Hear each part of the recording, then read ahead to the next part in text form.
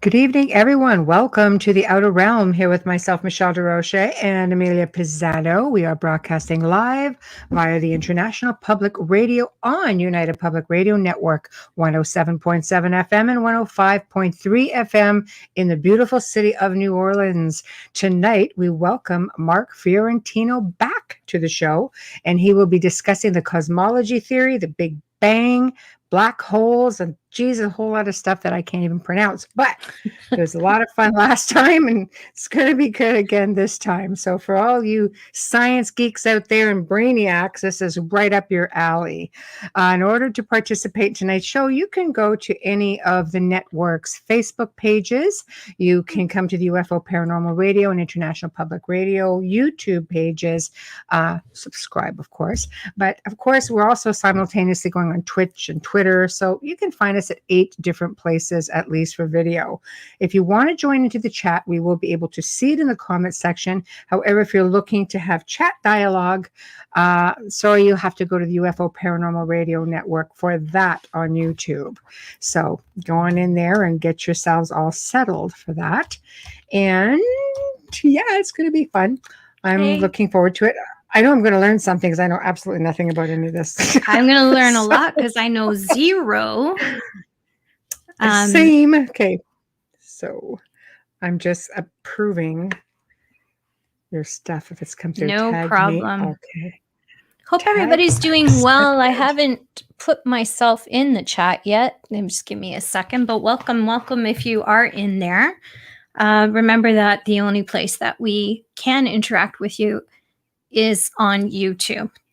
Just hit an @ and my name beside it, and I'll be more than happy to answer your questions if you have any. And if you want to comment and put your 2 cents in, we'll even take 5 cents. So just come on in and say hi.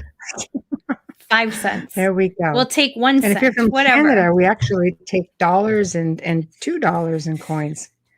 How about that? Soon to be 5, I'm sure. Unless we get what I hope we do, that they put Terry Fox on the $5 bill. If they do that, then we'll be carrying that bill for a while. I'd like to go back to $2 bills or just get rid of $2 altogether, honestly. Hello, Wayne. Seriously. Hey. There's too many coins, and it's great for the government because nobody wants to carry that change.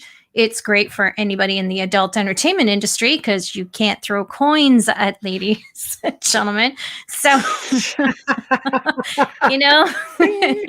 it's no longer the dollar bills in Canada. If you're coming here for adult entertainment, you got to be throwing them $5 bills. Just saying. But just saying. I'm going to leave that one right there. Yeah. You know me, I always have to lighten up every moment. But so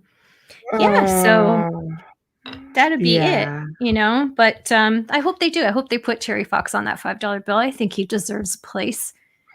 Our money is very colorful. I remember the first time we came out with our new, really colored money, and I was in the States. I was in Pennsylvania, and I was at a restaurant, and as I was pulling out American money, because I'm sifting through, because it's all the same color. Yeah, I got to tell you, it's not easy to find. Is that Canadian money? And I went, sure is. She goes, oh my God, can I take that to the back for people to see it? I'm like, have fun. When she came back, it was like, don't give her any pink ones just in case. So why don't you just hold on to that for little souvenir? Pink bills and brown bills. And if you get a lavender one, you got yours printed just for you because that's $1,000 bill. But we have some of those put away. Yeah, we're not the only. I have the original $1 bills and all those from the 1970s and from my birthday. We're not the only ones who have colored money. In fact, I believe it's United States are the only ones who don't have it. Canada's been making that colored money for everybody else but ourselves. Yeah. Right. But the States is the only place that it's not. That's my only thing. I have to organize. To the beat of its own bloody drum. That's why. Yeah. I have to. Right. That's right. We're close to the border. I always have to sift through that money like crazy. I'm like, I'm going to hand something because we're so used to just seeing, okay, blue is a 5, purple's a 10, 50 is 20 is green and 50 is pink, $100 bill really brown. pay attention. Sifted through, man. Sifted through. Armani's color. I just got to look at the color. I know exactly what it is. So I love it. I love it. I know. I used to fold So my 50s, the American 50s. I would fold them in half when I was traveling so I could find them, especially at a restaurant, right? But it's a lot easier. Absolutely. Well, are you going to read off our guest bio? Yes, I am. Tonight we're welcoming back Mark Fiorentino. We've had him on here before, and there was so much to learn that we asked him to come back. He shares his views on how the universe really works based on his study and research of Einstein's unified field theory. That's a mouthful. He will discuss the connection to conspiracy theories, including UFOs and the alien technology they use, as well as controversial topics, which I don't know if we're covering tonight, near-death experience revelations that are linked to the theory of super relativity, but we are discussing the Big Bang Theory, and it's not a show, even though that is my favorite show. Just saying, it's my favorite. No, that's a little bit different.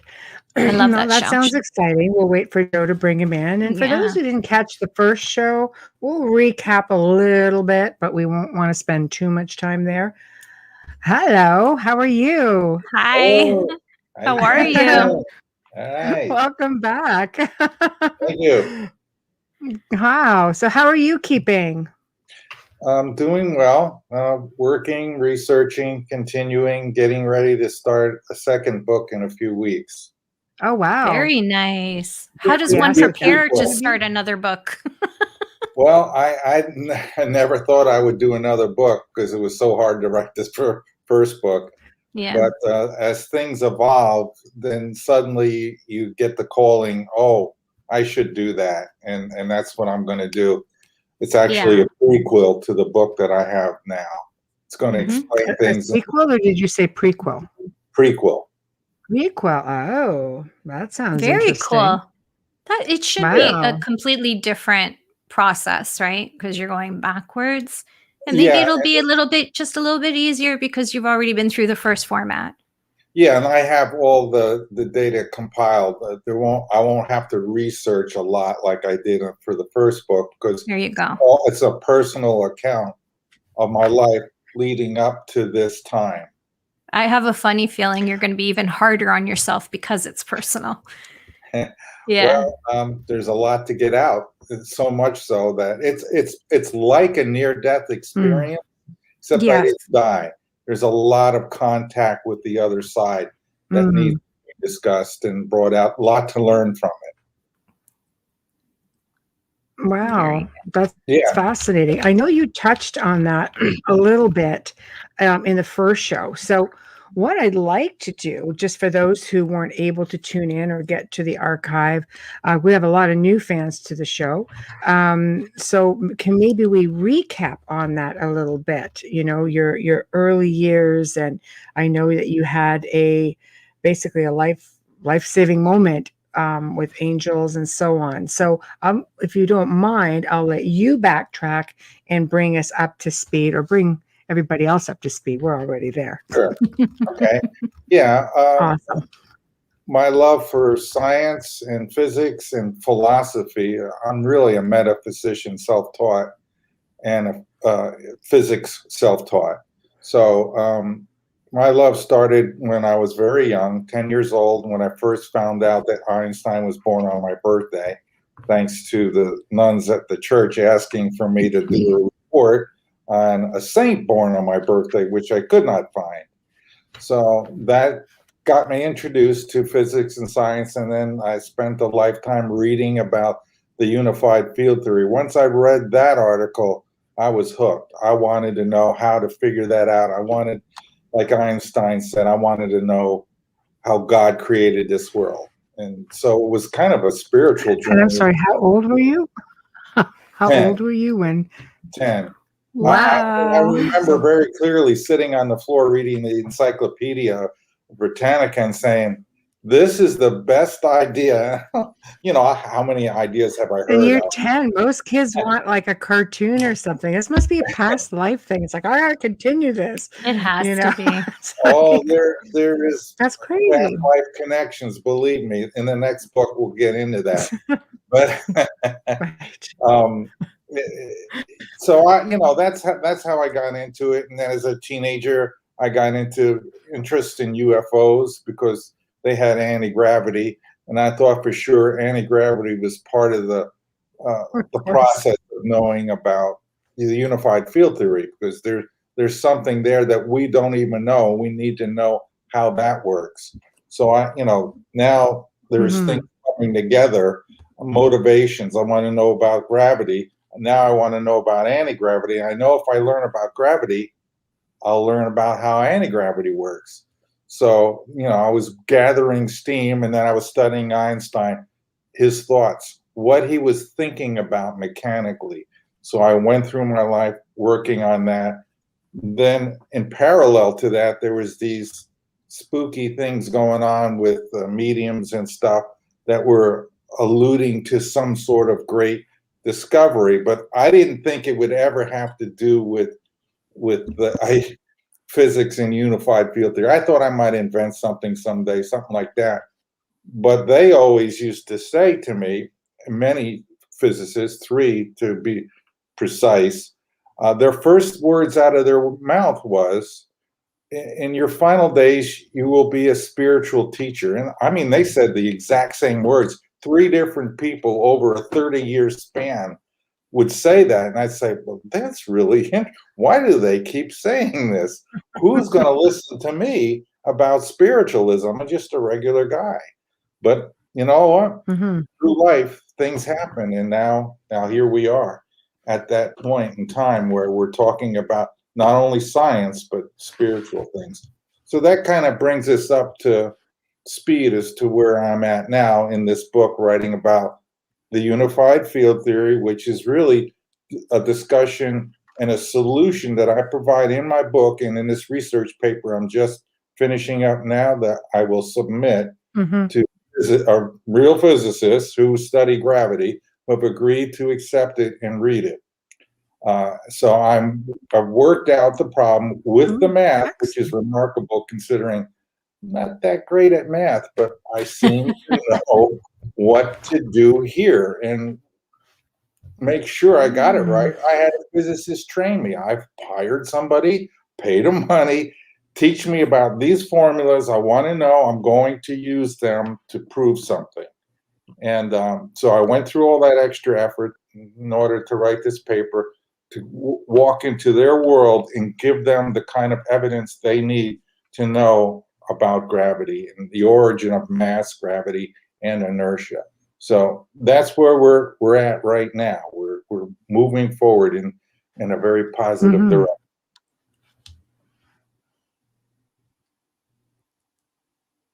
Hmm. It's fascinating to me because I don't know too many kids that want to grow up and do this. It's like, like they say sometimes we bring forward information from other lifetimes, the interest and because you have a vast amount of knowledge considering, like you say, you're not, a physicist or an astrophysicist or like that's really pretty in-depth research. Like you have to really like it. Yeah, The I UFO thing is interesting though. I, So, I enjoy, like when I was a kid, I was always tearing my toys apart because I wanted to see how they worked inside. Then I would modify mm, them. mm. It wasn't enough to just tear them So, apart. Maybe I can make them work better if I do this and change that. So I was always, turning my toys into little versions of Frankenstein's, I did especially that. electronic things, which I loved electronics. That's how I earned my living up till this time in electronics and computers. I absolutely love that stuff. So that helped keep me interested in physics and science, and because I studied electrons and how they move through wires, and that was always mhm, working in my mind. So I would spend what a lot of people don't know is that when I was writing the book, I would wake up between 3 and 5 a.m. almost every night and do mining experiments like Einstein used to do. So I would sit there lying there in mm, bed in the dark and try to imagine the photon, how it looks, how it moves, the processes, electrons. I was studying neutrons and protons, which we will talk about some tonight, especially the neutron. I know it doesn't sound very interesting, but believe me, when you hear the story, it's extremely interesting because we're talking about the foundation of reality and intelligent design and how God created this particular universe. I'm going to give you the details of all of that. Hey, this is all Greek to me, but if anybody can make it exciting, I know you can make it exciting.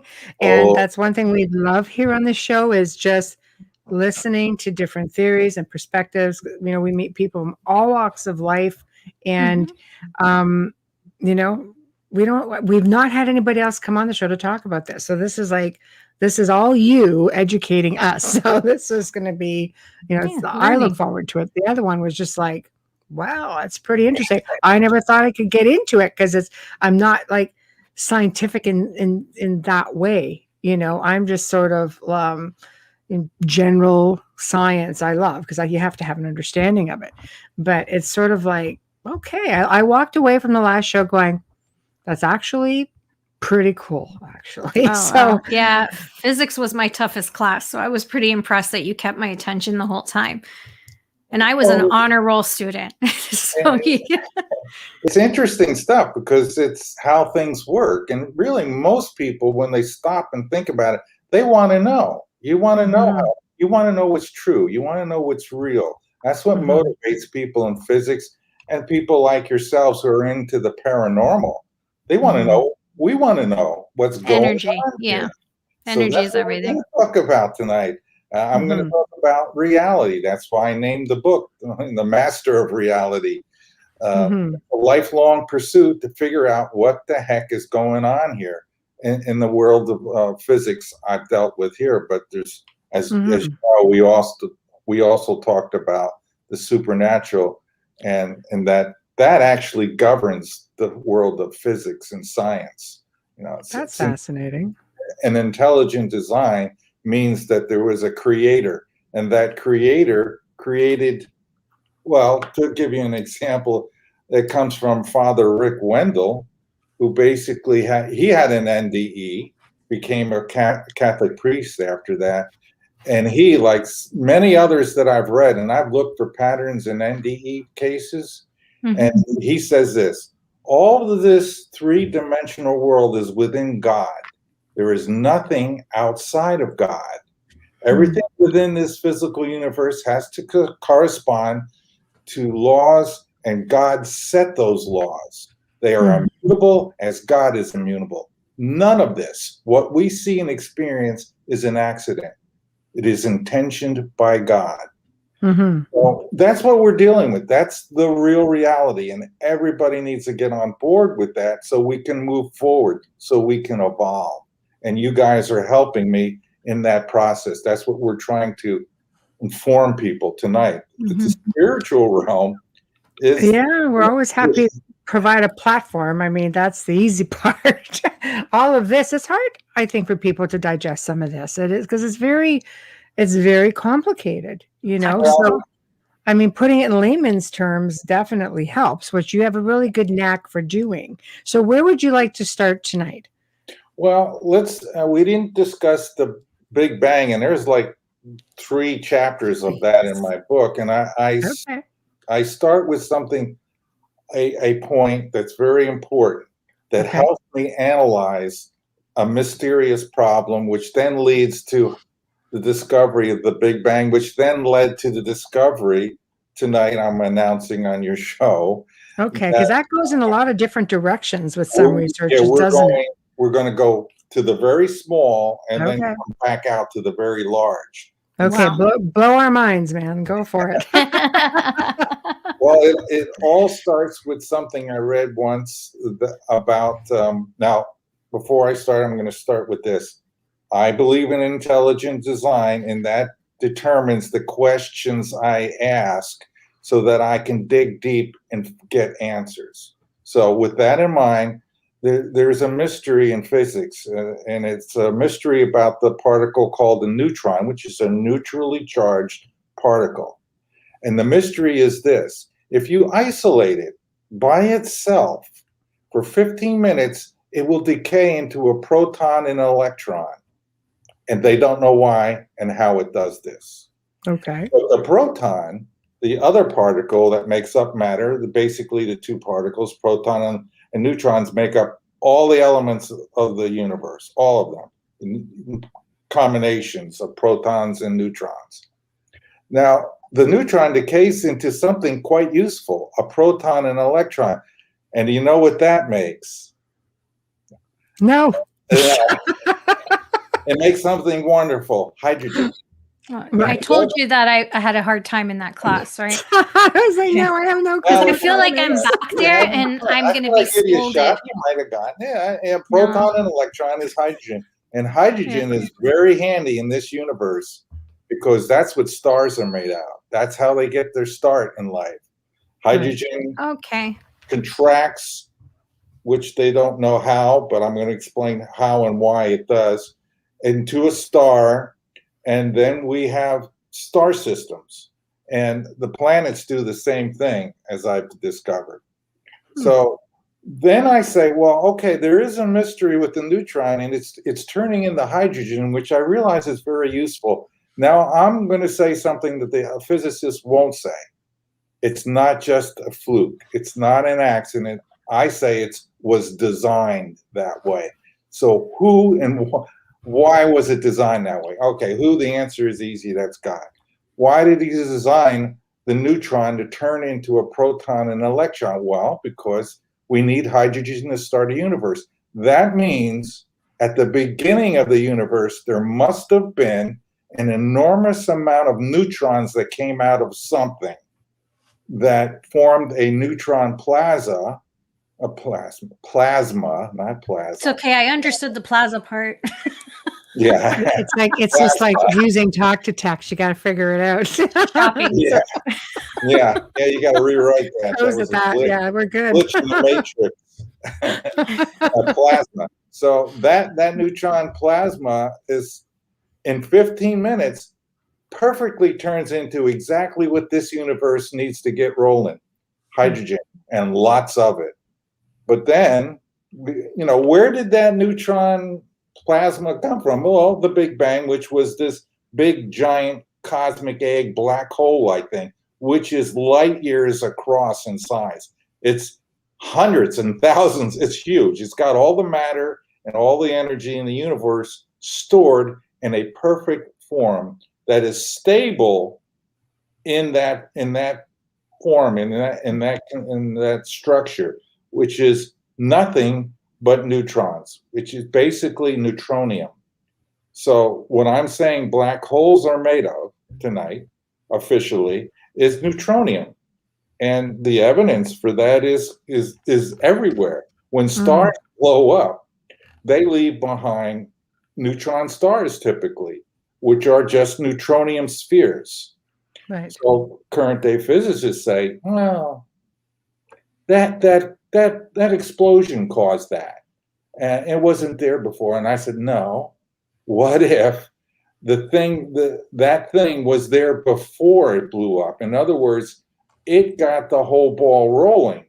So what happens is when the Big Bang happens, which is a huge block, basically a giant sphere of neutronium, it blows out neutrons and a plasma and many spheres of neutronium of various sizes. These spheres go out and pull with them the neutron gas, which immediately, within 15 minutes, turns to hydrogen, and then the galaxies from that point on start to form. And it takes millions of years for the stars to get started and the galaxies.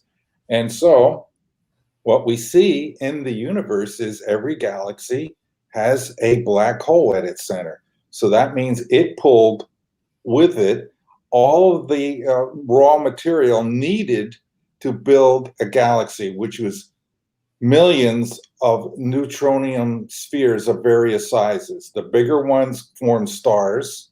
They're all rapidly spinning, and they are gathering the hydrogen, which is now abundantly available, into stars and compresses it. So the current theory for star formation never made sense. when I read it years ago as a kid, I said, this doesn't make sense. The gas just comes together in the outer space. And the scientists know that neutrons or the electromagnetic force for protons is much stronger, the push away force, than is the force of gravity. So without anything there, gravitationally speaking, those hydrogen clouds will never gather gas to make stars. They had to have an origin of mass of great strength. And the neutronium spheres do that. So what I am asking scientists who are listening tonight to do, find that our star, the sun, has a solid neutronium core. If you do the measurements, you're going to see it's solid. So far from the ones I've gotten from NASA, clearly indicate there's something solid inside of the sun. And this is a big breakthrough. Can I ask a question? Sure. Didn't Hawking prove that theory before he passed away, saying that, and it was always his theory that it was a Big Bang, and then he turned around and realized through his studies and his research that there was actually something that created the Big Bang, basically, as you're saying. He was a black hole specialist. I mean, Yeah. That's what he really studied the most. I do not know. I am not aware of that he theorized neutronium. Was that the center? I can't remember what it was called, but I remember it wasn't long before he died because that created a big stir at the Vatican. Because it just made everything that they say plausible and believable, right? I will look into that more. Yeah. He liked to stick to the classical physics more than most physicists. No, but he did a turn right before he passed away.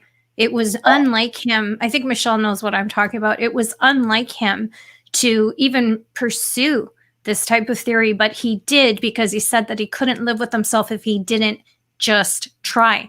And he did, and he proved that there was something that caused the Big Bang. Oh, He didn't say it was God. He just said there is indeed something there that manipulated this. Yeah, well, good. I'm glad to hear there's still a lot of scientists that believe in God and intelligent design. Not a lot, not huge numbers, but there are some. I think some of them a little bit more as they're nearing death. I was going to say, I think when you start nearing death and you start questioning your existence and you're going to pass, and especially when you have that kind of knowledge, I think that, it's like, especially if there's a curiosity or concern or a worry, which I wouldn't be surprised if that's what sort of pushed him into that direction, Yeah, it's possible. Well, I'll look into it because what I'm saying is that nobody's really come out and said that black holes have anything in them. They say a lot of highly speculative comments. They're singularities. They have infinite mass. It can't possibly have infinite mass. They can't possibly have infinite gravitational pull, because if they did, the entire universe would get sucked in immediately, and that's not happening. They have finite amount of mass and finite amount of gravitational pull. What black holes are just extremely densely packed neutronium spheres. It's just the next level up from neutron stars to black holes to supermassive black holes. Mm-hmm. And what triggers the Big Bang now afterwards is the laws of physics. Basically, when you have all the mass gathered together again to re-trigger the alpha and the omega, you need everything in the universe to do it, so that the pressure becomes so great you have an internal, what I call a Fiore threshold, basically where there's an avalanche effect where the neutrons can no longer hold themselves together because they're so densely packed that the quarks inside of them are interfering. So now you start to get this electromagnetic pulses of photons and stuff. The heat builds up to trillions of degrees, and this triggers the next Big Bang.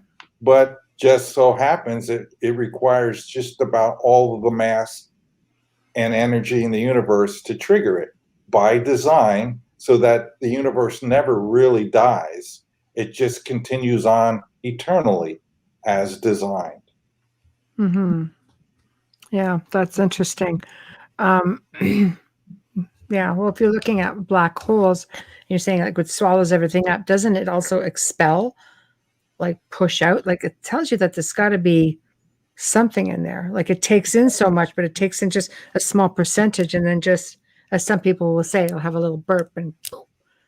Well, Stephen Hawking said there was Hawking radiation, and I don't know if that was ever proved or not.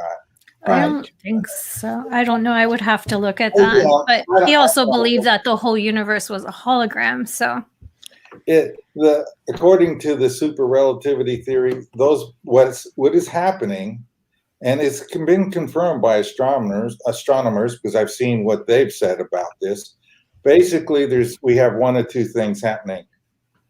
Modern day physics says that the universe is expanding. And they say that because of what Hubble kind of discovered, and he came up with a kind of a theory that should have been questioned more. Because at the heart of his theory, he said, as you get farther away from us in outer space, farther away from Earth, so he made Earth the center of the universe. Already, we should have been questioning that. Really? The Earth is the center of the universe. I guess he had a bit of a religious thing going on there, but he looked for stars in distant galaxies and then measured the speed of those galaxies. And the further out he went, it seemed like they were going away from us faster and faster. And then they declared that the universe is expanding. That's not what's really happening. That acceleration that's happening is not being caused by dark energy, as they say it is now. Dark energy probably does not even exist. What's really happening, what I've read from a lot of astronomers that are being ignored right now, but they've done a deeper survey, much more analysis. And yeah, there is a lot of galaxies out there that are accelerating away from us, but the force that's causing that acceleration is gravity. They're accelerating just like somebody from Earth would fall in the sky and fall and accelerate as they fall. They're falling towards something. And when they looked, they found that these galaxies are in groups and they're all falling toward huge black holes spread out across the universe in different areas. We are this Milky Way and Andromeda and a group of galaxies in our group they're not going away from each other. They're all going toward each other. And we're all moving towards something called the Great Attractor, which is a very large dark spot. That's, if you look at the Milky Way at night and you look through it, on the other side, that's where we're headed. And we're increasing in speed. We're all falling towards something very large. And so basically, what's the foreseeable fate of the universe, the Milky Way? Years, gone? We'll fall into that black hole as other galaxies around the universe are doing now. In how long? 4 to 5 billion years. Oh, probably. shit, okay. Right. There won't even be books for my great kids to blame me on anything for. Wow. No, this is not something we have to worry about now. Of course not. Wow, that's interesting. Tomorrow by an asteroid, but that but every generation should be concerned about what they leave behind for the next. That's the only way that we're going to keep us whole. Yeah, well, eventually we'll have to get off this planet because we also have the problem of the sun burning out. And when that happens, the sun will turn into a red giant and we'll be probably inside the atmosphere. As it expands out of the red giant, there will be no life. It will be wiped out. How long are they saying that'll happen, Mark? That's, again, 4 or 5 billion years. Right. I think we'll end up with an ice age before that. Because there are theories about, that the Earth is tilting and that it will flip. And there's a lot of stuff going on out there right now. Yeah. The problem is they've miscalculated the amount of time because they're not aware that 4 or 5, maybe 10% of the sun is neutronium, and it's not available hydrogen to burn. So the hydrogen is going to burn out earlier than they think. And that it only may be a billion years earlier. Maybe instead of having 4 billion, maybe we only have 3 billion years left, but still not a crisis. But it could be worse. You know, it depends on how large that neutronium sphere is inside of the sun. And we should start learning about that. We should start computing that and figuring it out. But first we have to acknowledge that that's true. So I'm asking scientists to investigate my claim and my theory on that. Okay. So in the meantime, you're saying the universe is not expanding per se. You're saying it's going the other way. It's collapsing. Yeah, and there's more evidence of that. It's not just that these astronomers are seeing they're seeing large groups of galaxies, some going this way, some going that way, some going down, some up.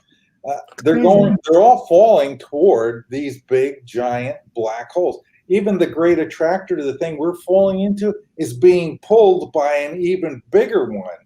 And that it's going to fall into that.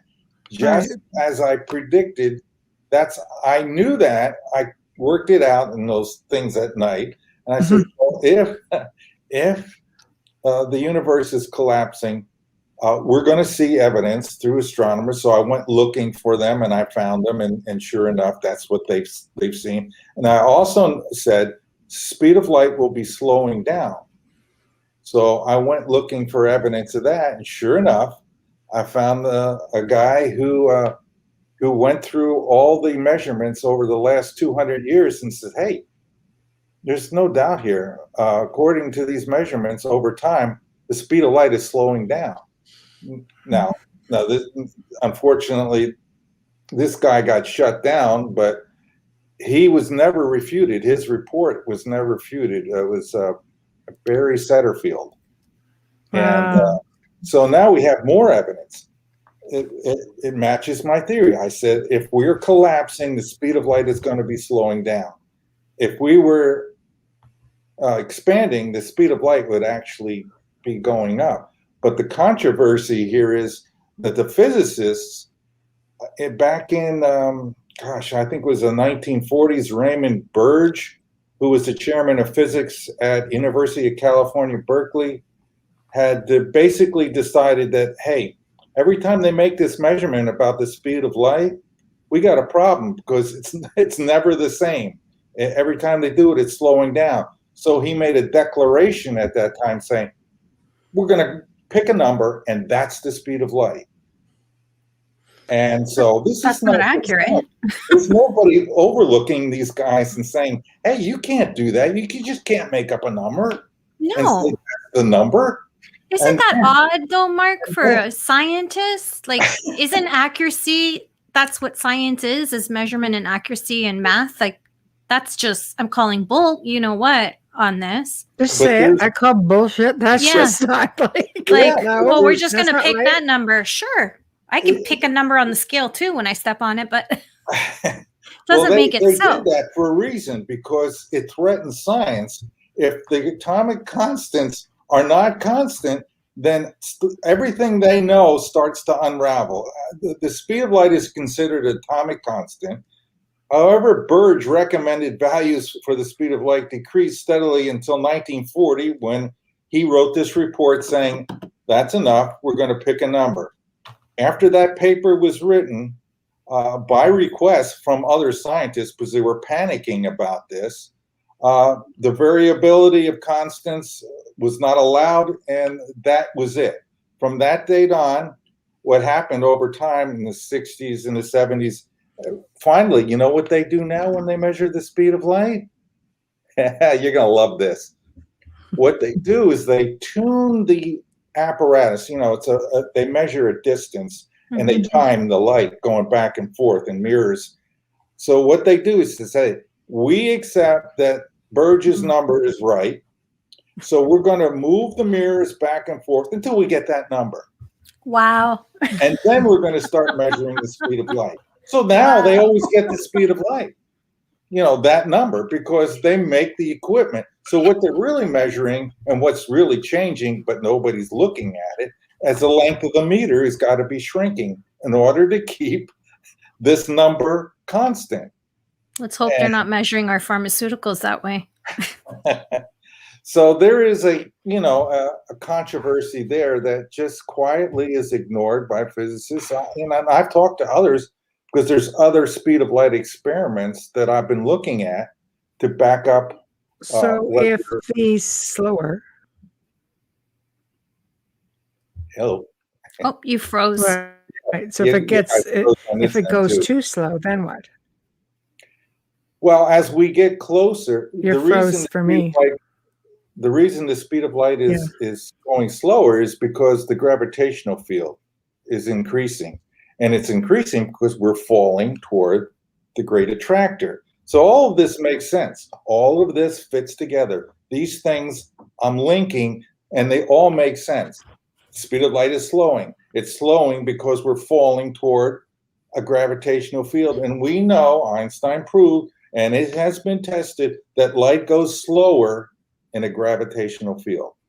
That's an absolute rock solid fact that's inescapable. So everything is making sense. The speed of light is slowing. We're moving toward a big object that's very dense. So and we're moving like at 1,000,000-something miles an hour. It's not like we're going slow. No. And so each and every day, that speed of light by maybe a few increments of a mile, a few hundred feet per second or whatever, is gradually over time going to slow down. And when it gets to zero, guess what? The sky will be all black ahead of it. You won't see any stars anymore. And you'll notice that things are being lifted off the face of the planet. Time is slowing down to almost nothing. And everybody dies within a few hours, whatever, billions of years from now. Does time even exist, though? That's a whole other show. I dedicate almost a chapter to time because it needs to be Let's touch on it. Let's touch on it. Sure. Yeah, we've got time. Let's touch on it. We got time. Let's touch on time. That's right. There we go. Yeah. You are precious. Sure. Time isn't really real. It occurs here because we have physical things. Mm-hmm. And the physical thing you need in order for time to emerge is something that we can detect. We can actually see intervals of time passages. We need something to exist physically, and that something is the ether. The ether is the thing I've talked about before. Yeah. Space is made of something. It's a continuous material. So if we're going to travel across that material, there has to be something between here and there. If there is nothing between here and there, like many scientists say, this is a void, it's made of nothing. There's nothing. If there is nothing here, I'm going to use their math now. Distance equals rate times time. If there's nothing between these 2 points, it will take 0 time, according to that equation, to get across there. But that's not what we see. If we take a meter stick and we put it in the outer space and we measure how fast light goes, it takes a finite amount of time. That means there's something there. There has to be. So once that happens, then time can emerge because you have a physical reality in which things move at a specific rate so that you can time things. There's an orderly sequence. And so time comes about as a result of there being a physical universe. Now, to back that up, if you go on the other side, you pass away and die, they'll tell you there's no time there. Yeah. There's, it's like all one moment, an eternal now. And where everything is happening. What about folding time? If you want to do time travel and all that stuff, you don't have to fold time because I do. I'd love to. All time is in parallel, and we live in a time segment. We're born into it. That's our time segment. But all the other segments and dimensions are in parallel. So if you want to jump from one, the folding idea, but it's not really folding, you're just going to jump through a portal to another time. That's doable. And all you got to do is make the portal. Wow. I'm packing. Okay. And I'm how packing does now. one go I'm just about saying, this? I'm packing my suitcase, Just so How does one Yeah. go about just jumping? taking my favorite shoes. I Just want to saying. jump Yeah. time too. I Yeah. explain that in my book. You can do that by building a Stargate. Stargates open. That's all it takes. Jeez, Michelle, we could have done that on the weekend. Just a weekend project. Sounds It's easy nothing. enough. Yeah. A Stargate can open a portal or gateway between times Right. or great distances, dimensions, or universes. Mm-hmm. Mm-hmm. And Right. there's lots of UFO discussions about, how the advanced species or ETs are doing that. They employ that technology. We discovered time travel and interdimensional travel during the Philadelphia experiment. And once the Navy and the Air Force got a hold of that, and they realized there is a way to do it again with magnetism, magnetic resonant fields. They went off and started working on that. And then they did, they continued to the Montauk project. And now I'm sure That was all crazy stuff. Yeah, there's crazy stuff because they're messing with dimensions, not only other dimensions, but time travel. And I'm really not a guy that's for traveling back in time. I just don't believe that's something that should be changed. It should be Really? done with it. Do you think that if you jump back in time, you're actually going to rewrite the future? Yeah, I think there's a good possibility, but how could we detect that? There's that phenomenon, what's it called? The Mandela effect. Yes. So much. We've done a few of those shows. Yeah. Well, if there is a way to detect it, it would be something like that, because our consciousness would be able to maybe bridge the gap between this physical realm and our brains and everything, and make a connection between, hey, there's a disturbance in the force, if you want to call it that. Yeah, that's true. I remember this being this way, and now it's not. Something happened, and that would require us to be able to retain the memories of what was before, after it was changed. And so maybe the Mandela effect is telling us there has been a result of with time. A result of changing, or you see, and there's so many theories about time travel. It's just appearing in old photographs, or you're seeing modern day things, and they find them in a rock somewhere. Archaeologists go like, "What?" I'm always looking for those things. You found something. You heard of something like a digital piece of hardware in a rock or something? Yeah, there was something online about it. I think we did it in one of our shows, not the Gray Zone, the other show that I do with Joe Montaldo. Yeah, I could find just about anything. I just start plucking away and researching. All of a sudden, I'm like, I believe they showed that on one of those unexplained shows as well. Like it was a big thing when you did it. There's a lot of stuff just like that, just out of place microchips. I think the show was basically entitled "Out of Place Objects," and without any explanation as to where it came from. If I were an archaeologist, that's what I'd be looking for. Yes. Evidence of advanced species or advanced technology. Well, there was microchips found, and there's all like computer technology that is found in these rocks, and it's insane.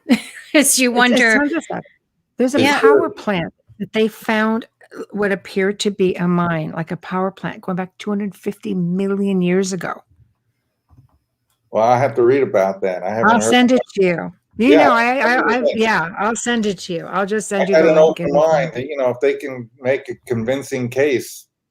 Yeah, I will. Surprise me. There has to be. If there was an advanced civilization, surely there would be something left behind.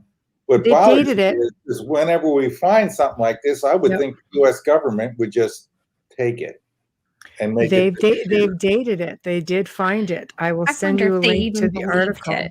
To me, that's good news. Yeah. I just find things that things find me, and I'm just like, I remember okay, seeing then. that. It's also on YouTube if you search it. It was a big That deal one, when it yeah. came out. That's a big deal. That It's not one. like the cell phone in that time traveling photo. Oh, Yeah. This that was a one. big Yeah. deal because they could count the years of how long it took to form that rock around it.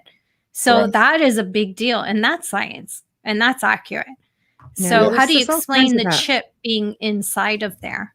I would like to hear a physicist try to explain that. If there's a microchip embedded Yeah. in a, I don't know, quartz rock, it would have to be a sedimentary rock of some sort, shale, something like that. I think it was shell. Yeah, There's all because kinds of stuff. there's Yeah, no way that granite. it would survive the pressure and the heat to form a big time mineral like quartz or granite or something. Yeah, it had to be. So it's got to be a sedimentary rock, shale, or Yeah, I don't remember the details around it, but I remember being like, what the F kind of moment watching that. Wait, Wayne has a comment. Maybe he knows or remembers. I'm going to check. It says he watches me research. Yeah, a circuit board from an airplane guidance system was found complicated at the breastplate of an Incan king's burial armor.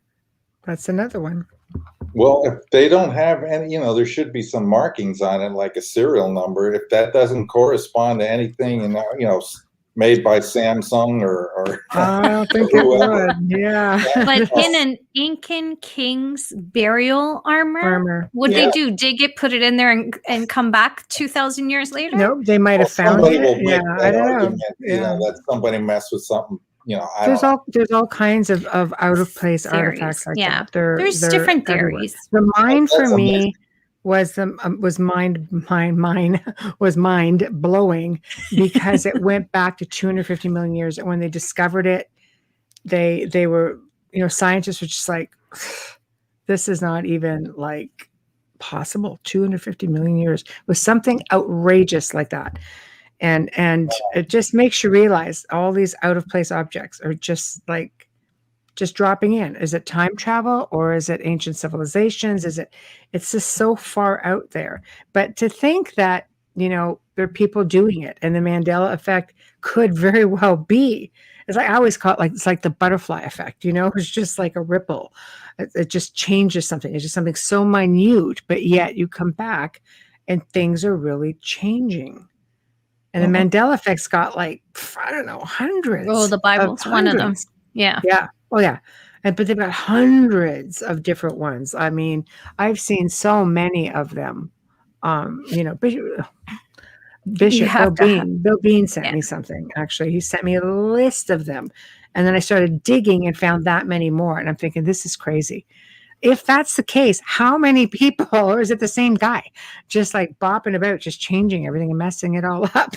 Is it on purpose, or is it? And we don't really know, right? That's what I want to know. That I have, which will be in my next book, talk about that in much more detail. And it's the United States government who's already built that technology. I've read about that. Mm-hmm. Yeah, yes. They've been experimenting with it for many years now. Mm-hmm. What they're changing, and you have to be very careful. I don't think they're very good at it, from what I hear, because it's hard to predict. Things are, the probabilities from the butterfly effect. They do this, and if you don't watch out, you could pollute the timeline to the point that it breaks, and God only knows what would happen if that happened. Would we wake up the next day and not be here, or I don't know. I don't want to know. I don't want them to do that. There's no need to do that. Let's just let the cards be played as they were and move from here forward. Yeah, because if you're looking at U.S. government, that could be reverse engineering all kinds of things. If you're going back to the times of Solomon, they believe it was sort of a portal, or was it a time travel thing? Or what about Hitler and the bell? They thought that was a time travel device, and there's all kinds of stuff about him getting information from extraterrestrial species. But the point is that you go back in time and you do see references to people being able to manage it? You know, are they going through portals or are they building devices? Because there are portals and vortices all over this planet. The ancients built over top of power spots. So when you say all you need is a Stargate, I'm like, where's the nearest one? I don't think we actually have to build one. Can we use a used one? Does it have to be new? You know, like, can we just go and borrow somebody else's? I think sometimes it happens accidentally during magnetic storms and stuff. You have a magnetic resonant field that occurs somewhere on the Earth's surface.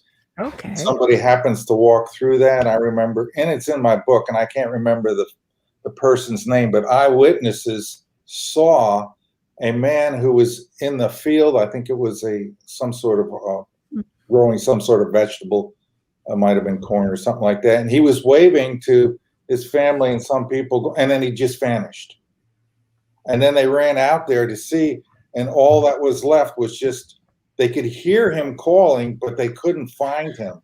And they searched for days. Wow, really? Good Lord. That's not ET. It is in my book, because I remembered reading it as a kid, and it stuck in my head. Magnetic resonant fields, disappearing person, where did he go?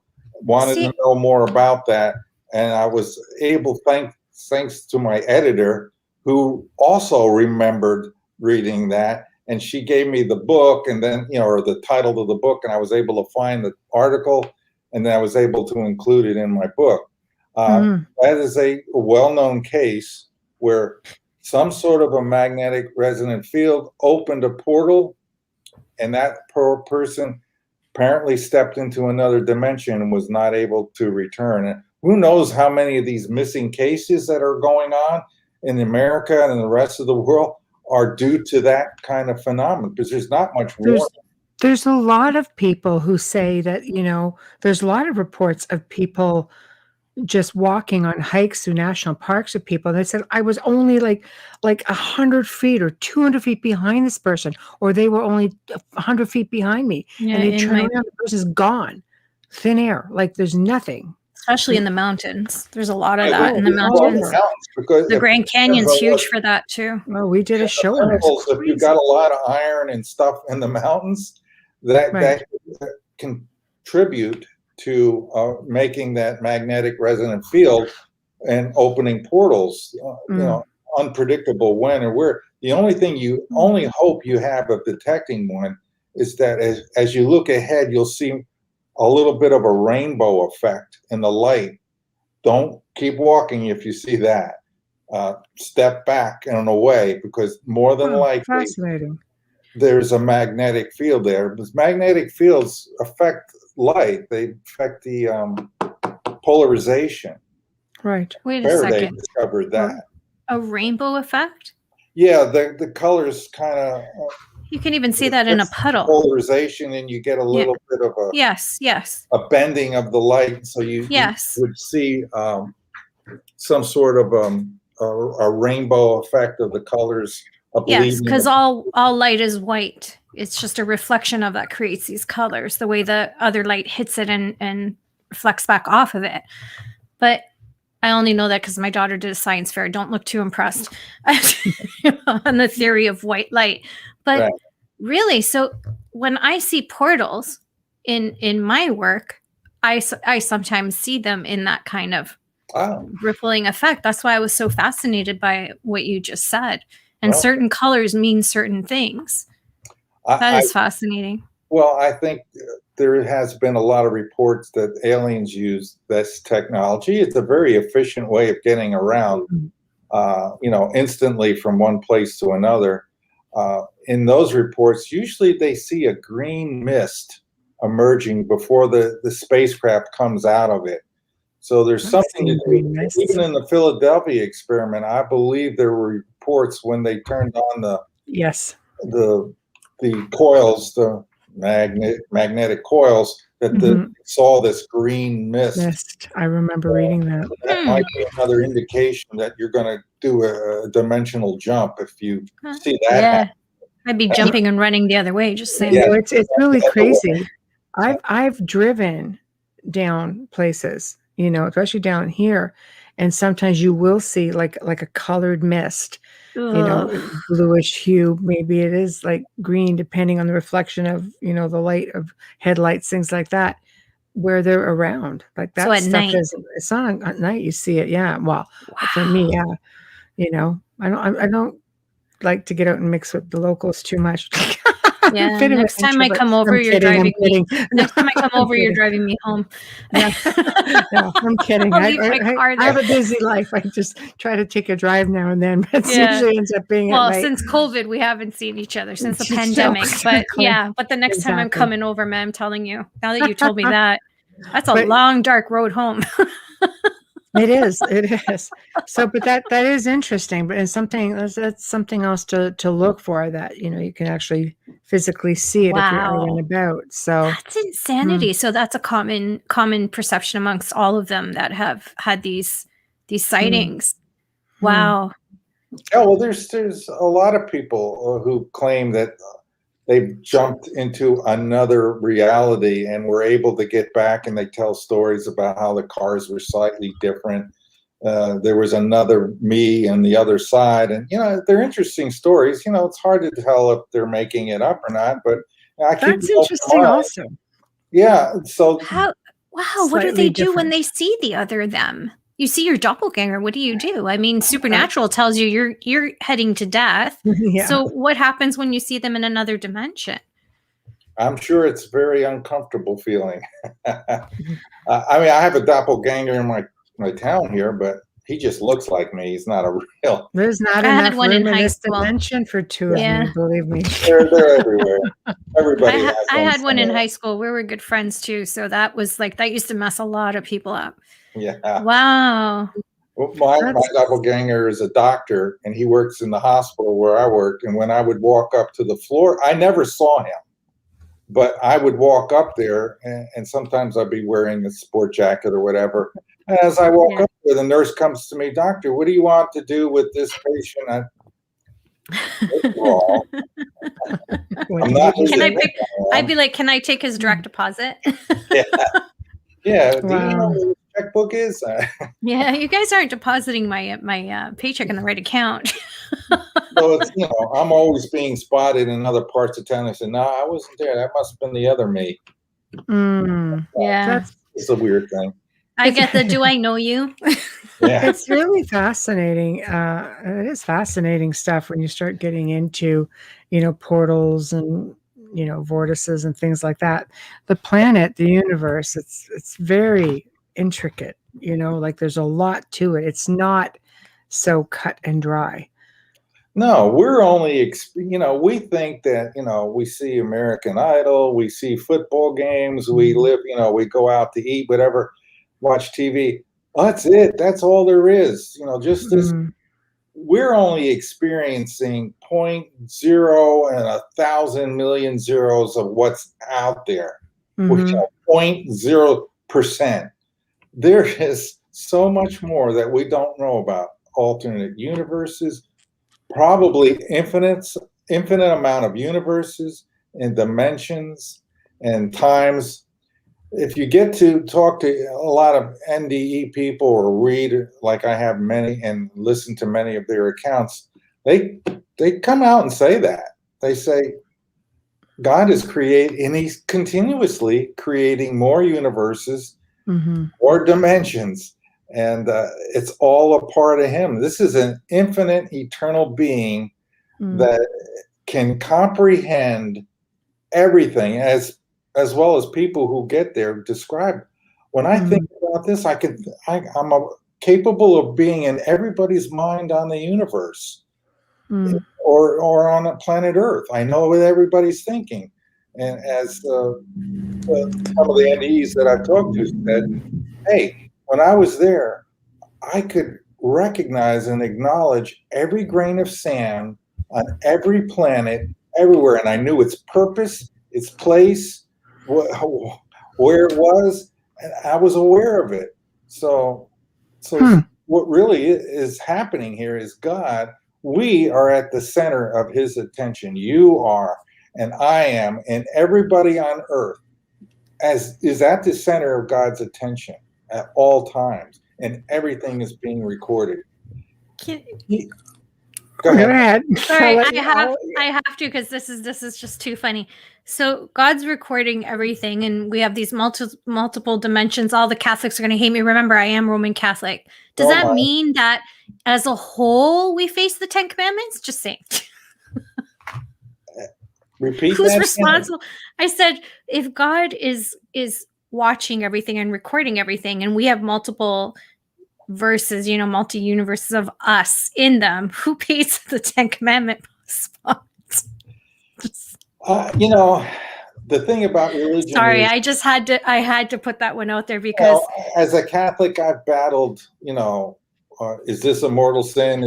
Do I need to worry about this? And a lot of NDEs, many are coming back, and we've got the whole religion thing. The problem with religion, not just Catholics or any, is the matter of our interpretation. We've misinterpreted things, and we're thinking things that aren't really true. Like, it's all. You do this mortal sin, you're going to go to hell. Not really. Yeah. If you have a hellacious experience when you die for whatever reason, it's because of where your mind is at.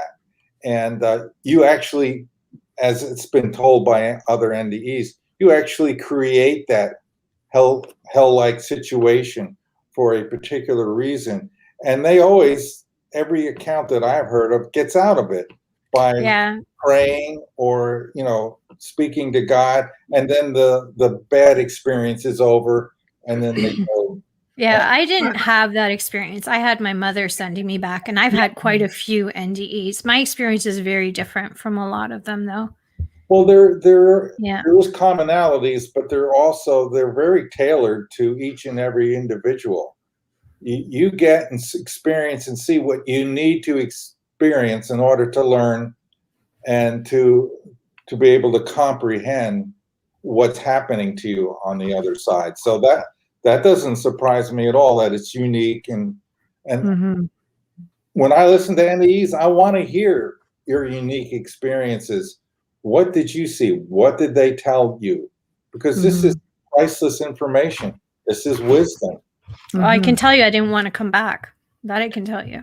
There's one of the common things that people say as soon as they get there. It says, this place is way better than where I was.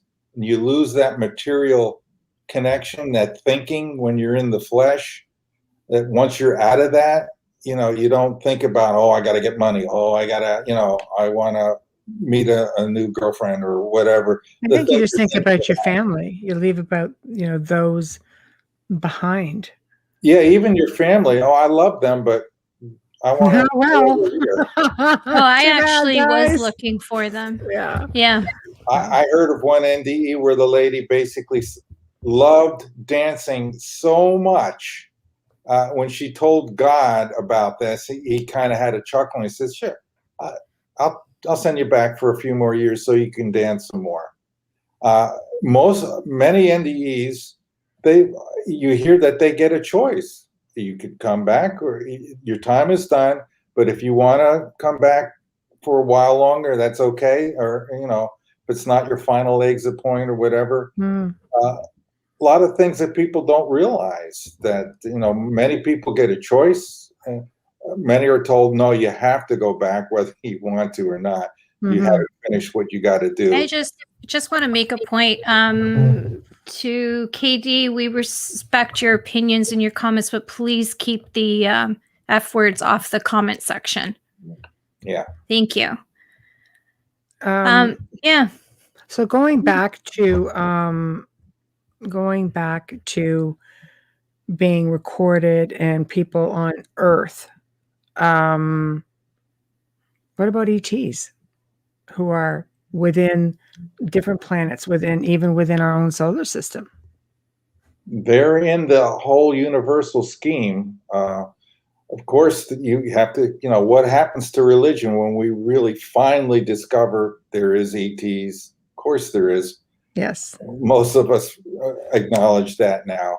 Yeah, I think so too. They know about the universal being, God, and they have their own kind of religion.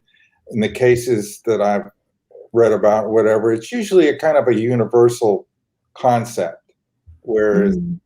you know, they're not just Catholic or Baptist or whatever. They have their own religion, and where God is universal being, you know, theism is probably the best, the most equatable type of concept or philosophy, where God created the universe and he continues to create and is very interested personally in Mhm. everyone, including the ETs. Right. ETs are much And more, you know, some people, yeah, sorry to interrupt you. Some people believe God is an ET, is an ultimate being. Not everybody looks at him or her or it that way.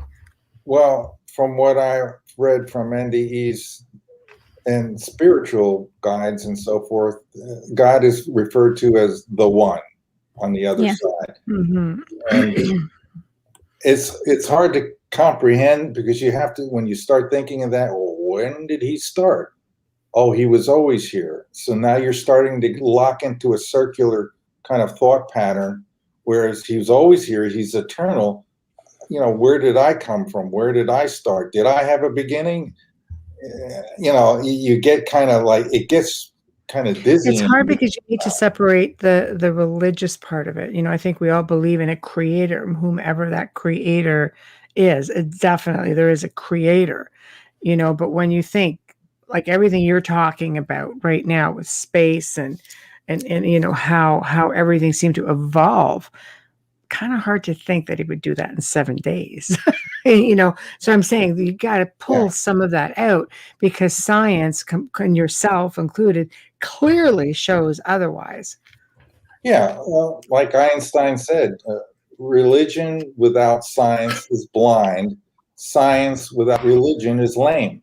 Mm-hmm. This, what I'm trying to say here, basically, is they Yeah. need to be merged into one thing. Deal Mhm. with the truth, deal with the creator, learn about science, but learn and understand that there is a being that created this, and this affects your thinking, so that you get to the truth better once you Mhm. know where the origin of everything is. So you really do want to know, as Einstein said, I want to know how God created this world. I am not interested in this or that phenomena, Mm. in the spectrum of this or that element. I want to know his thoughts. The rest are just details. In my Mm. research, I discovered the details are his thoughts. All of this, Okay, kind of like law of attraction. everything here is from him. You could equate it to like a matrix type thing if you want to go pop culture and kind of get in it. Yeah, that seems to be a big one nowadays, for Yeah, sure. it's very much like that. Basically, everything here, all of us, all objects and materials are part of this God consciousness that created the universe and all the other, and continues to create all these universes. And Mm. when we die, we realize that within minutes of being there. Oh, I remember now. I remember that. This is Mhm. home, and you know, I'm back, and this is great. This life here is kind of like a, I don't know, an amusement park ride or something of that nature.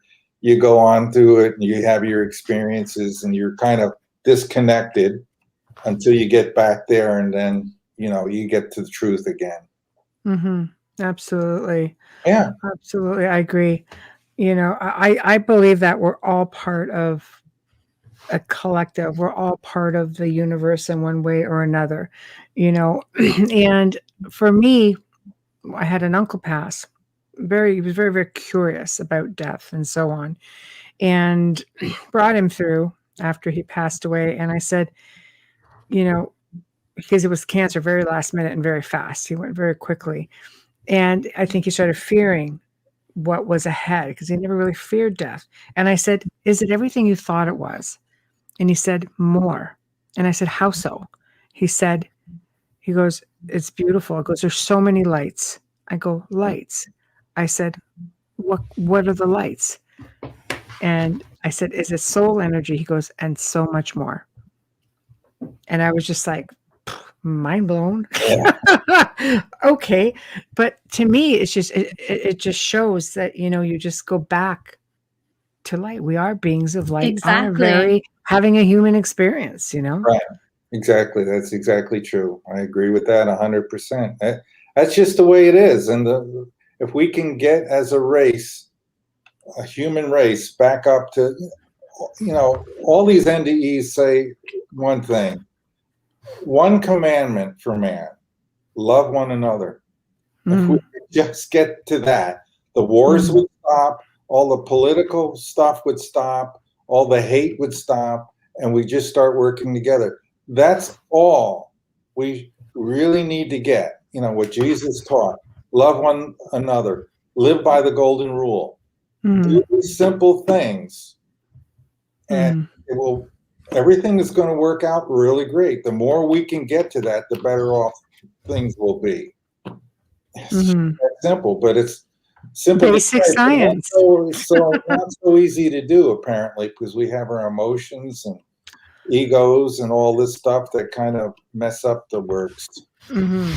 No, I agree. I agree. So how do you, how do you explain some of this stuff? I mean, to somebody who has a very religious mindset. No, it was done in 7 days. This is the way it is. All you have to do is a mere thought, and it was there.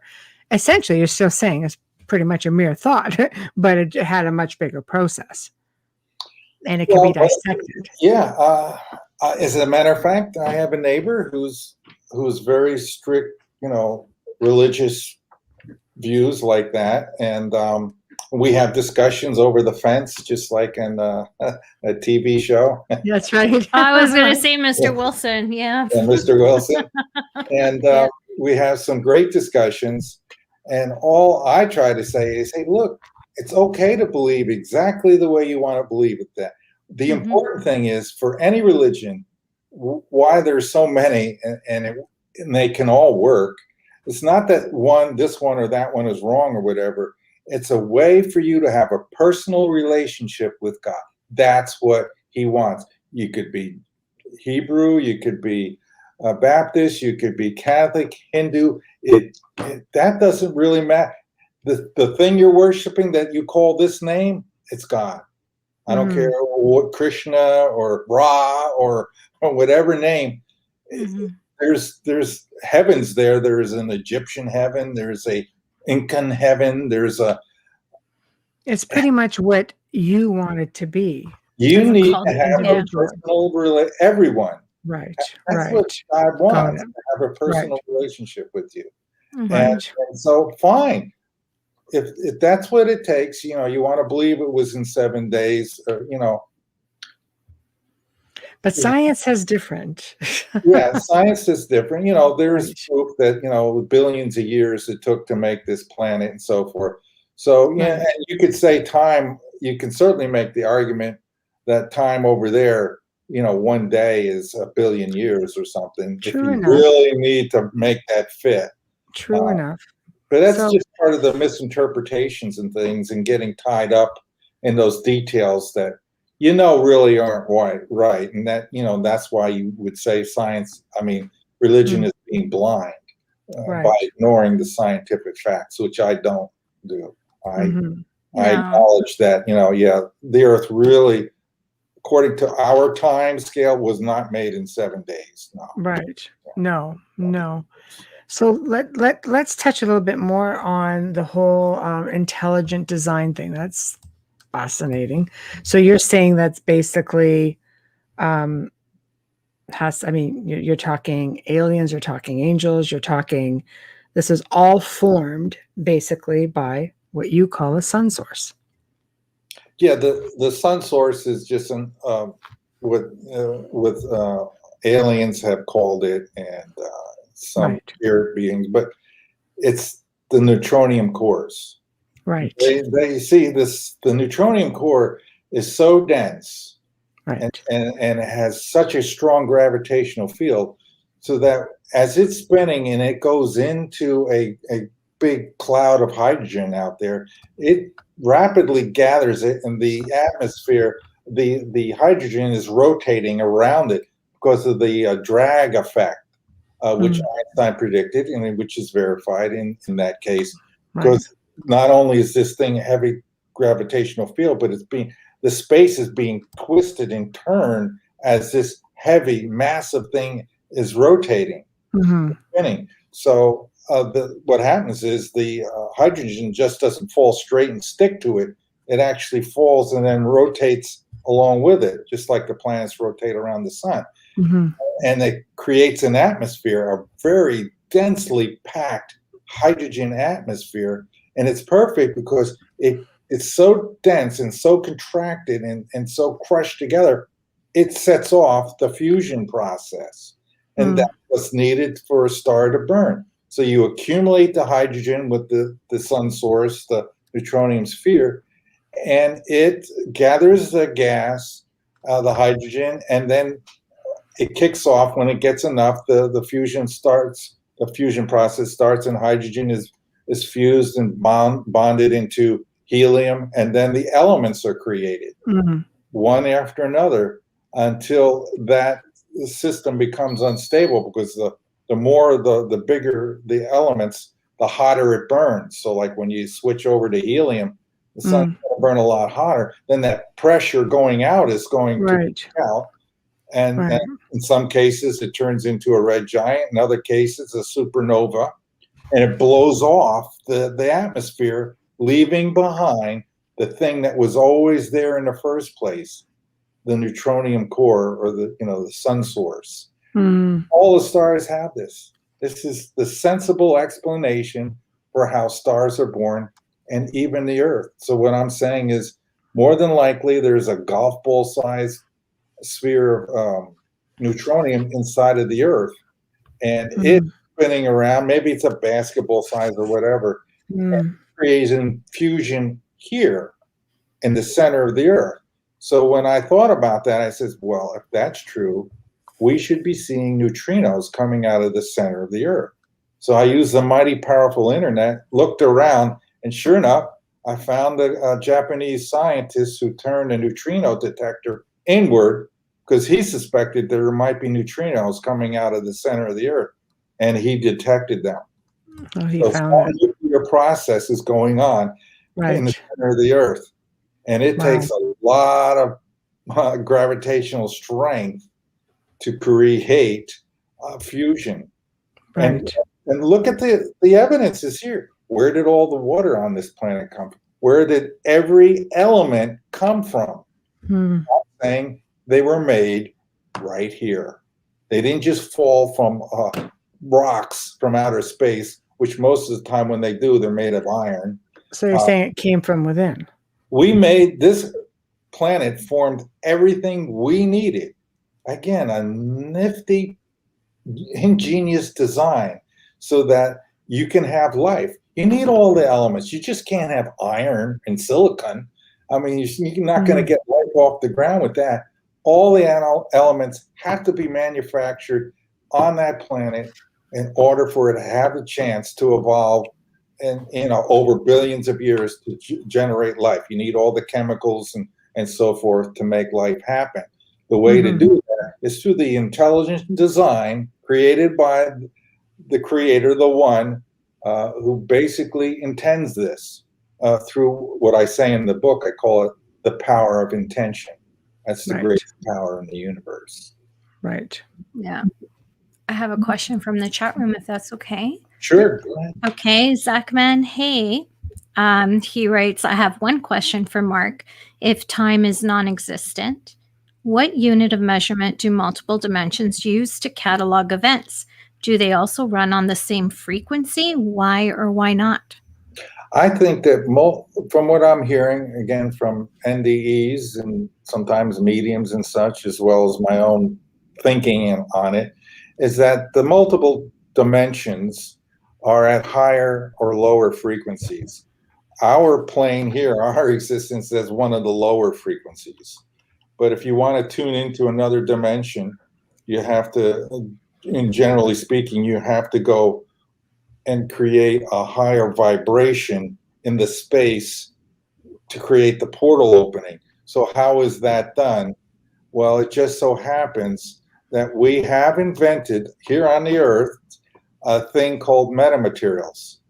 And metamaterials, I did my research to find them and make sure that they existed. Found them on ResearchGate. They were made by material scientists. And the reason that they created metamaterials was to manipulate two properties of space, permittivity and permeability.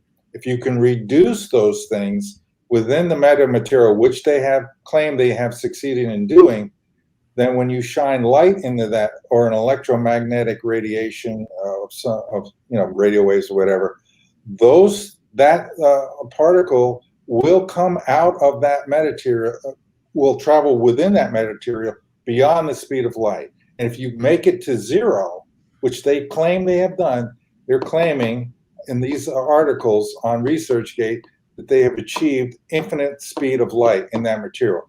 Well, that's just what you need to make a Stargate. And you build something called it's a lens, fractal lens, which they are building now.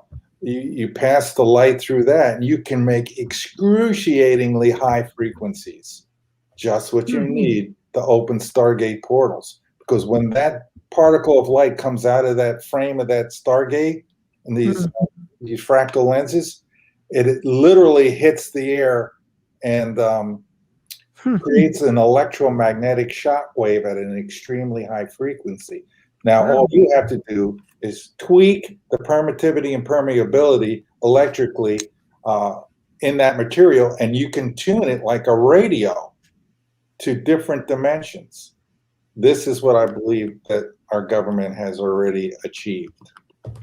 That's really fascinating, actually. Mark, are you busy this weekend? Because Michelle and I are going to build Stargate, and we need a little assistance. Yeah, we could come. We need someone to make sure we come back. Yeah, you walk through. I would imagine you just walk, just like on a TV show. It's just. Can you imagine? It opens up, and you're seeing a different place. You step through it. As long as the gate remains open, you can come back in. They turn it off, and you're on the other side. Remaining open. And where do you end up? Like, it's not like you can go in. Do you pick a time period like on Back to the Future? Apparently, there's probably a whole bunch of mathematics and physics that you can, once you know how to do this, well, if we tune it to this, we'll get this. If we tune it to that, we'll get that effect. That, which I would think would be such an interesting job to be able to say, hey, I'm the guy that makes the radio, the tuner for the Stargate. So I know if we I think it'd be really cool. Zach been asked he said, can I join you folks on that Stargate adventure? I go, absolutely. We'll pick you up along the way, Zach. Yeah, once we figure out how to get there. I think it's really cool if that could happen. I mean, who doesn't want to go, absolutely. Can you imagine not having to wait for your seat to be called on a plane? Yeah, if we had to get off the planet in a hurry, that might be the most efficient way to do it. Just everybody just starts, walking through there. Let's say we have like 10 years to get this done. We build 50 of these things, and then just people are going. They're taking supplies, whatever they need to go to the new planet.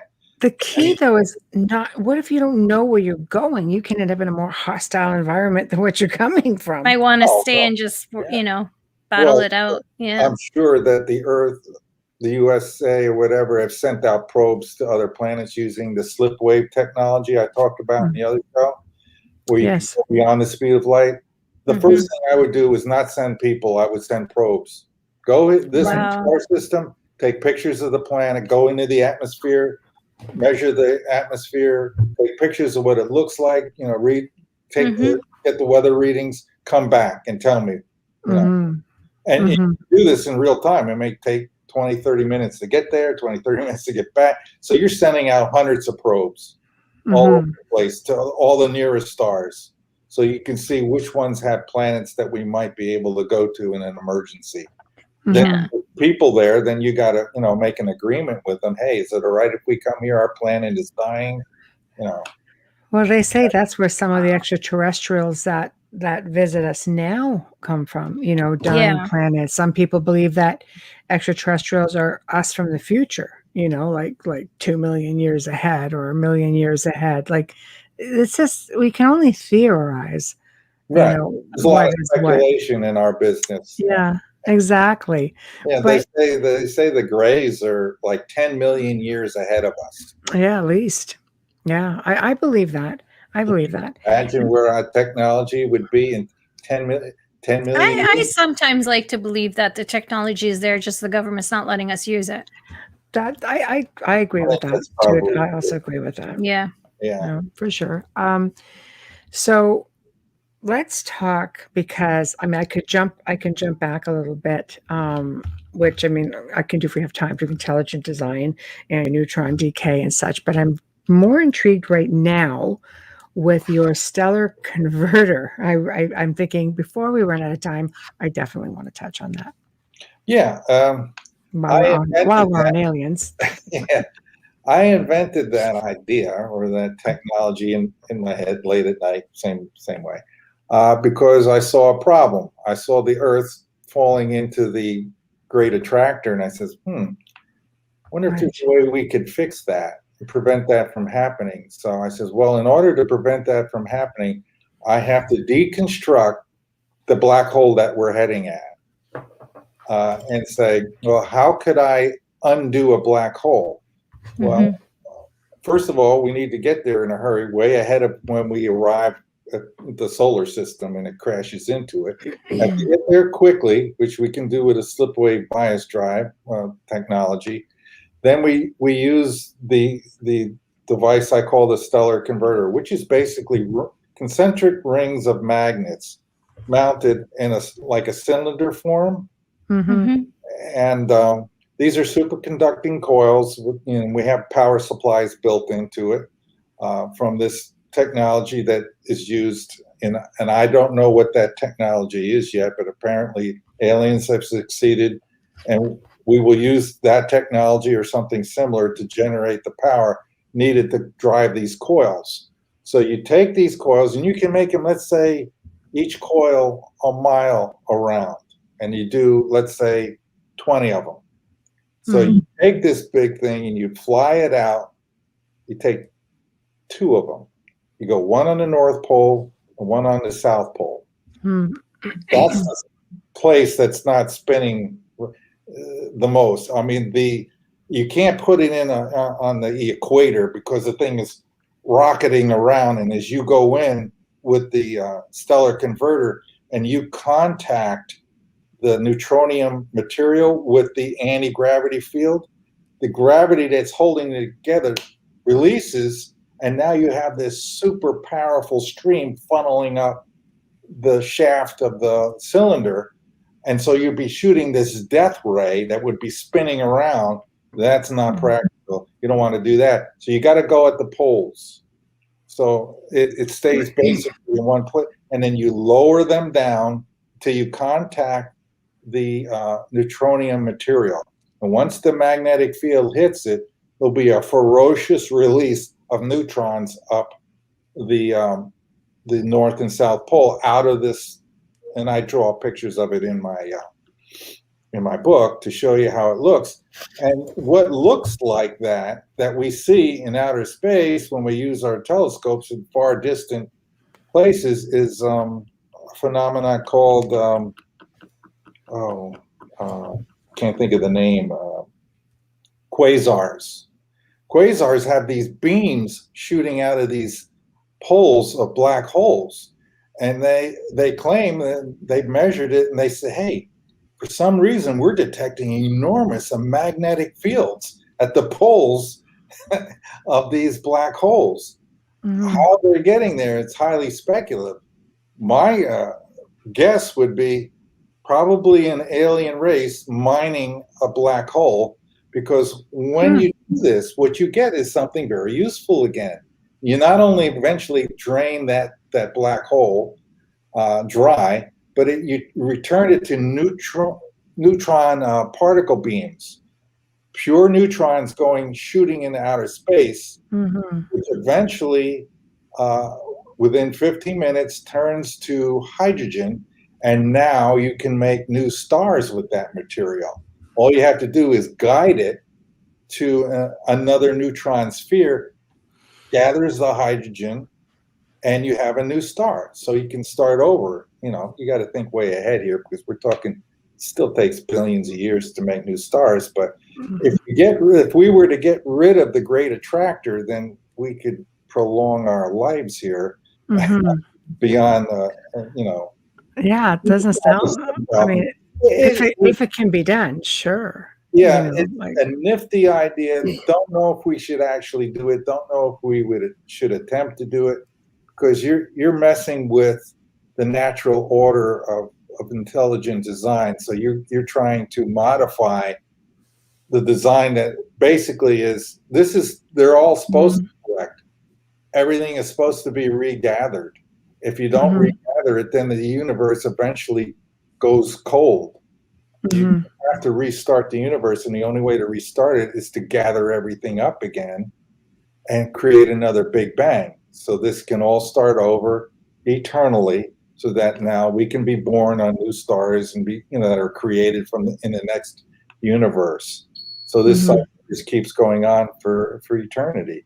So it was just a nifty idea that I thought, it would be a great idea. We can make let's just do that. Sounds so That's simple. what a stellar converter just going to kickstart everything back up, and it's pretty much beyond anything that anybody is even dared to imagine. It's using a technology we still don't acknowledge exists, which is anti-gravity technology. But hopefully, we'll wake up to that. And in my book, I'm asking people, it's time to take action. Do the experiments I talk about in this book with magnetism prove that magnetism can be used to shield gravity and can be used for thrust, anti-gravity, and then we can get busy building starships. So I put it out there. I'm confident. Do you think we already have starships up there? I mean, let's face it, reverse engineering. Do you think they're? I'm sure that we have built them already. Have I seen them? No. Right. I've seen quite a few. I just don't know whose they are. I saw one in front of our house, my wife and I, but I couldn't make out much. It was an oblong shaped thing. It's very dark, and the lights on that thing were extremely bright. Like a cigar. Yeah, it was kind of like a cigar, but I don't want to say a football, but it's kind of in between the two. It was unfortunately very dark, and when they shine those lights, it blinds you so that you really can't make out much. Right. Yeah, it's still interesting, though. It's still interesting. You would think with this technology, if you can figure this out, and we're in the solar system, there's other universes and solar systems within this universe. Why hasn't ET figured out how to stop it? Do you think they care? Do you think it's just maybe they have their own plan? I think that they know ETs are not only more technically advanced, they're more spiritually advanced. In other words, they have psychic abilities well beyond what we have. And when you can connect to the source like they can, they know probably have said, hey, there's no real need to mess with the natural order of things. It doesn't matter if this universe dies or whatever, because easy for them. They got a ship and they can take off.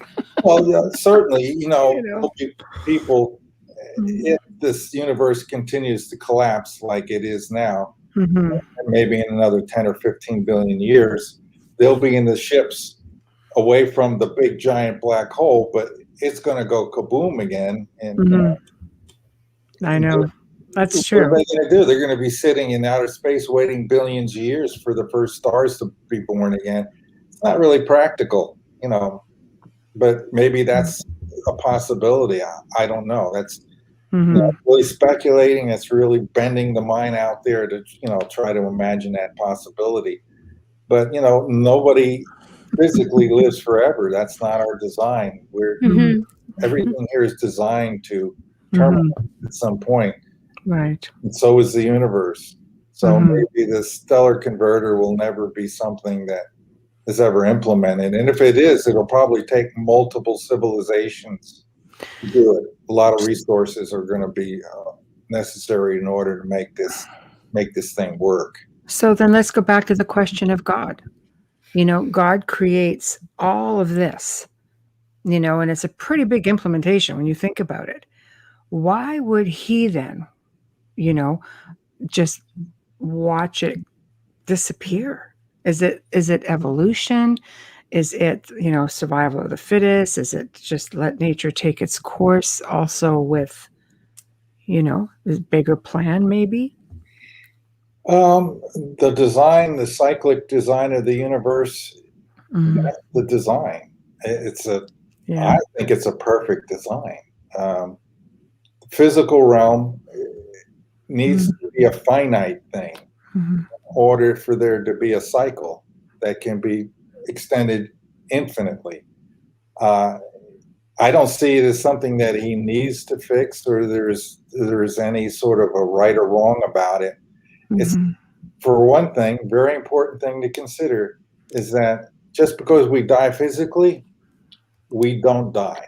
We don't die. No, which to me is really the perfect design. It's okay. It's okay that the earth is going to end someday. It's okay, because you know what? We'll be born on another planet. And I'm sure there's one being formed for us right now when time is up here.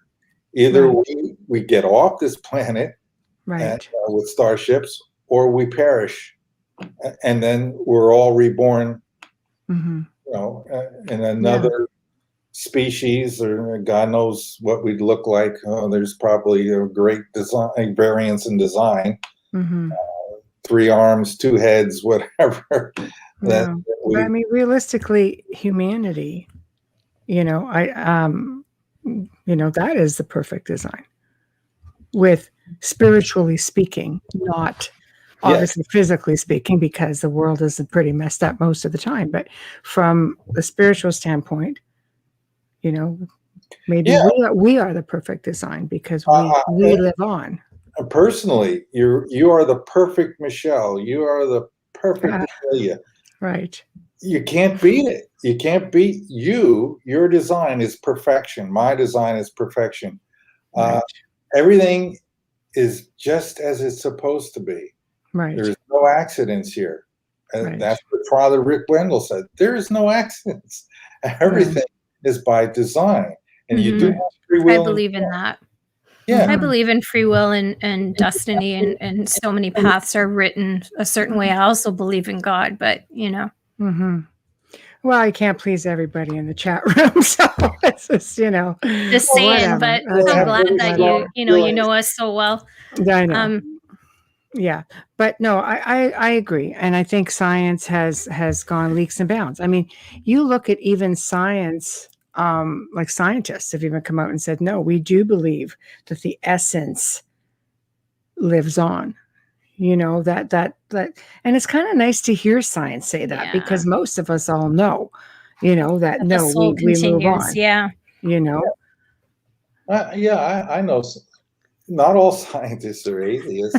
I don't know what percentage is, but I'm agnostic. There's some atheists, and there's some very religious. I've met some physicists that are very religious. Yes, and that's fine. I just think it would be. Can you mix the both? Can you mix the both? Well, it's a reality. They are mixed, and they don't.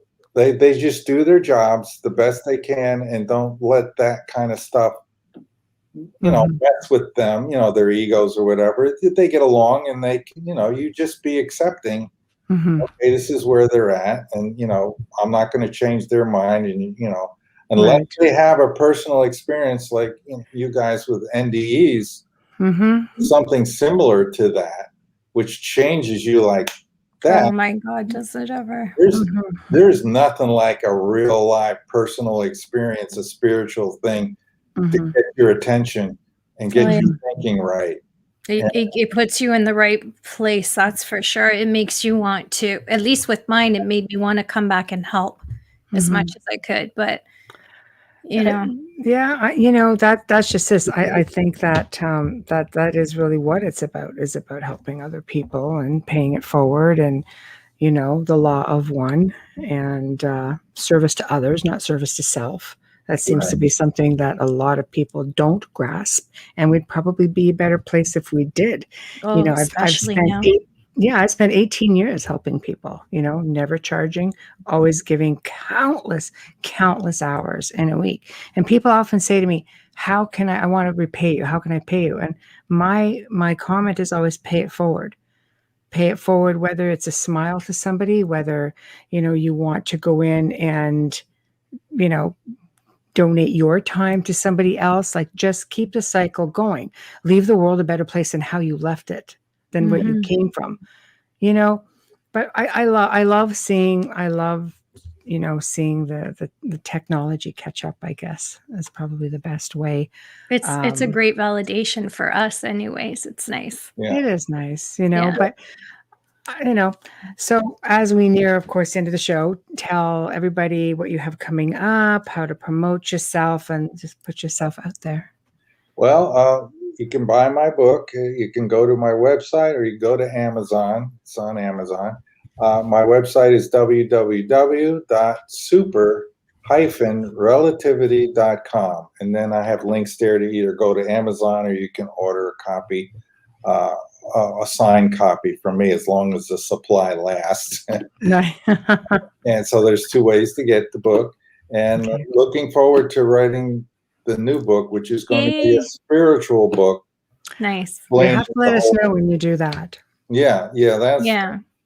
Hopefully it won't take me 4 years like it took me. I'm probably a year. That's a lot of research. Yeah, because this is going to be just straight, recounting all the special moments, all the spiritual encounters and experiences, just putting them in order, telling you what I experienced and so forth, and how it felt, and what I interpreted, because you want to get all that stuff in there to make sense of what's happening. So I'm looking forward to doing that, and, you know, keeping busy, finishing this research paper so that I can document the theory of super relativity properly. And that's where we're at right now. I love it. And as always, I knew the show was not going to be, you know, I knew it was going to be informative, and it just went off in many different directions. And again, super informative. And I thank you for coming on. It was such a pleasure having you join us. And again, you know, it's exciting, but when you don't have that kind of a scientific mind, you're like, how is it going to be exciting? But I knew you would explain it in a way that, it's really freaking exciting. So it is, because you're learning about foundational truth, and you're curious. Most people are very curious, and then I try to make it very mechanical and understandable, layman terms, or it's useless. If I just started spouting equations and big words, we would have been like this. See, where were you during high school physics? I actually may have done well in that class and not dropped my average. I know. Wasting my time doing nonsense in high school. No, it was awesome. It was awesome. And I said, thank you for joining us. Let us know when you have the new book, because I think that would be a really interesting topic, you know. Yeah, well, there'll be plenty to talk about. There's a lot of adventures, spiritual stuff that you guys are very interested in. So very cool. Looking forward to it. Thank you, Mark. Okay. Well, thank you. Right. And if you've never used the SoundCloud thing, the only way you get out is the leave studio button at the bottom, the little X, because we've had people say to us, you know, how do I get out of here now? I know, and then they end up staying with us in post-production. Yeah, you'll be there till morning. So you'll be with us in post-production, and you're not going to like that. Yeah, that's fun time. We don't even want to be there. But thank you for joining us. Thank you. All right, thank you. Thank you, Mark. Take care. All right, you too. Well, everyone, we've come to the end. Another awesome segment here on The Outer Realm. Thank you, everyone who tuned in, even in chat. And even Katie, even though Katie's in his or her own world. That's okay. You keep it interesting. Have fun there. You keep it interesting. But anyway, so thank you. And thank you to Joe behind the scenes, who always keeps things moving smoothly. Please remember to stop by the International Public Radio, UFO Paranormal Radio YouTube channels and subscribe. While you're there, head on over to Facebook. Come on, guys. Outer Realm on Facebook and Instagram. Show us some love. We Right. appreciate it. That's right. There's a couple million of you here. Come on. Right? So, but anyway, if you'd like to see a guest or a topic, or perhaps you'd like to be on the show, please email us at theouterrealmcontact@gmail.com, theouterrealmcontact@gmail.com. Now, tomorrow night, we welcome back Mr. Darcy Ware to the show, and joining him will be Shane Carson and David Ellis, and they will be discussing their film / documentary Sasquatch Among Wild Men. It's been getting really great reviews, and I think we might even have some sound recordings to share. Too cool. Yeah, how many of that do you hear? Like big Sasquatch, and anyway, I think it'll be fantastic. So we'll see you back here tomorrow night, guys, same time. Have a good night. Here we are in the Writers and Illustrators of the Future Lounge at the Author Services Building in Hollywood. It contains a gallery of the writer and illustrator judges, a selection of the awards the contests have received, a library containing novels and art books published by winners and judges, and a selection of photos of some of our beloved keynote